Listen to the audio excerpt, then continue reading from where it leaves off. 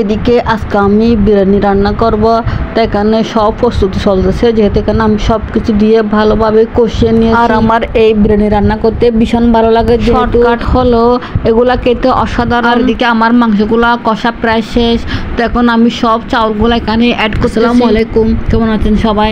তো আমি প্রতিবার মতো আমার ডেইলি ব্লগ নিয়ে চলে আসলাম। আর আপনাদের সবার কি অবস্থা, দেন আজকে কি হচ্ছে না হচ্ছে সব আমি আপনাদের সাথে একটু আর এই ভিডিওটা হচ্ছে শুক্রবারের দিনের ভিডিও। যেহেতু ফ্রাইডেতে আমার মেয়েরা ঘরে থাকে, আমি আমার বাচ্চাদের জন্য নতুন নতুন কিছু আইটেম রেডি করে আজকে ব্যতিক্রম নয়, আজকে আমি এই রান্নাটা করি। আর এগুলো আমাদের ফ্যামিলির সবার পছন্দ, আর এগুলো সবাই খায়, তাই আজকে আমি বিরিয়ানি রান্নাটা করে নিয়ে। আর আমার কাছে শুক্রবারের দিন মানে অন্যরকম, আর এই দিনটাকে আরো বিশেষ স্পেশাল করার জন্য আমি এই রান্নাগুলা করে নিয়েছি। আর এই রান্নাটা শর্টকাটে হয়ে যায়, তো আমার ভীষণ ভালো লাগে এই রান্নাগুলো। আর দিকে আমার রান্নাটা প্রায় হয়ে আসতেছে। দেন আমার ব্লগ আজকে পর্যন্ত। সবাই আমার ভিডিও দেখবেন, সবাই আমাকে লাইক কমেন্ট শেয়ার করবেন, সবাই আমাকে বেশি বেশি সাপোর্ট করবেন। নেক্সট ব্লগে আবার দেখা হবে, এরকম আরও ভিডিও পেতে ফলো দিয়ে পাশে থাকবেন। সবাইকে বিদায় জানি, আল্লাহ হাফেজ, বাই।